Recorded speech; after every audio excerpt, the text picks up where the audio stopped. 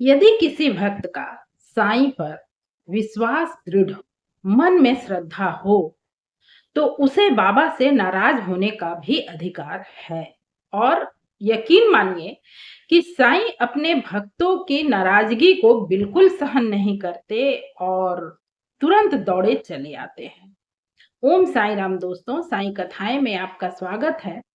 आइए आज बाबा की कृपा, उनके दयालुता की बिल्कुल विचित्र सी कथा सुनते हैं। पर कथा शुरू करने से पहले आपसे बस एक छोटी-सी आग्रह है जो हमेशा ही मेरी होती है कि वीडियो को लाइक, चैनल को सब्सक्राइब करना तो आपके पसंद पर निर्भर करता है। इसके लिए मैं आपसे कभी भी आग्रह नहीं करती। पर मेरी आग्रह बस इतनी होती है कि हर कथा को पूरा सुने अवश्य, ताकि आप उसका सही अर्थ समझ पाएँ, वरना आधी-अधूरी जानकारी किसी कार्य की नहीं होती। आइए शुरू करते हैं आज की कथा। ये कथा है देवेंद्र जोशी साहब की, जो कि दिल्ली के रहने वाले थे और उनका मतलब उनके संतान में सिर्फ उन्हें एक बेटी ही थी, कोई पुत्र उन्हें नहीं था।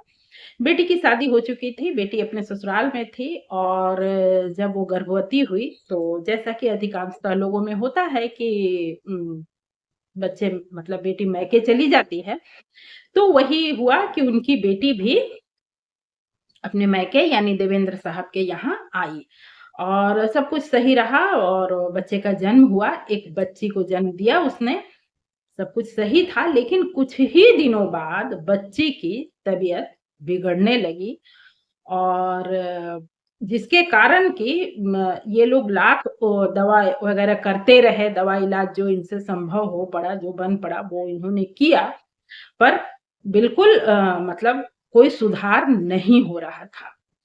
और ऐसे में बिल्कुल इनके मन में लगने लगा था कि अब शायद कोई उम्मीद नहीं बची है।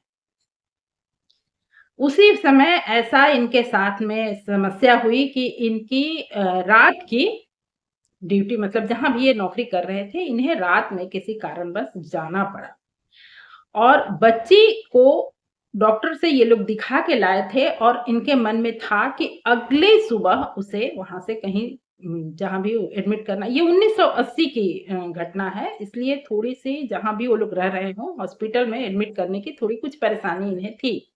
ये अगली सुबह बच्ची को हॉस्पिटल में एडमिट करने वाले थे, इलाज तो चल ही रहा था। इन्हें रात्रि के वक़्त जाना पड़ा और घर में सिर्फ़ पत्नी और बेटी ही रह गई थी कि अचानक 11 बजे रात के बाद और तब फ़ोन का साधन तो था नहीं। तो 11 बजे रात के बाद बच्ची की स्थिति बिल्कुल बिगड़ना शुरू हुआ और बिगड़ते-बिगड़ते बच्ची की स्थिति ऐसी हो गई कि लगा कि बच्ची मतलब नहीं है। ये देखकर इनकी पुत्री जो थी वो ज़ोर से चिल्लाने लगी। इनकी पत्नी ने भी आवाज़ लगाई, जिससे कि जो अड़ोस-पड़ोस के 1-2 लोग जो इनसे बहुत क्लोज़ थे, वो लोग भी दौड़े हुए आए। सभी ने बच्ची को देखा और डॉक्टर के पास ले जाने, हॉस्पिटल ले जाने की तैयारी तो करने लगे, लेकिन सभी को ये विश्वास हो गया कि बच्ची अब है नहीं। ये विश्वास सभी के मन में हो गया और सभी लोग ये समझ गए कि अब कहीं कोई ले जाने का कोई मतलब बनता नहीं है। उसी समय बेटी तो रोने लग गई, लेकिन इनकी पत्नी ने बच्ची को गोद में उठाया और जहाँ वो लोग आप साईं के भक्त तो थे ही, तो जहाँ भी वो अपना पूजा का स्थान रखे हुए थे, बच्ची को गोद में लेकर इनकी पत्नी बिल्कुल तस्वीर के सामने खड़ी हो गई और ज़ोर से उन्होंने मतलब चिल्लाकर कहा कि देवा, ये आपने क्या किया? यदि मेरी बच्ची आज वापस नहीं आती है और मेरी बेटी यदि खाली गोद मेरे यहाँ से जाएगी, तो मेरी नहीं, आपकी आपकी शिकायत होगी और लोग आपके लिए कहेंगे, क्योंकि सभी जानते हैं कि आपका हमारा परिवार साईं भक्त है। तो हँसाई आपकी होगी, लोग आपके बारे में बातें करेंगे कि साईं भक्त हो करके और इनकी नातिन बच नहीं पाई।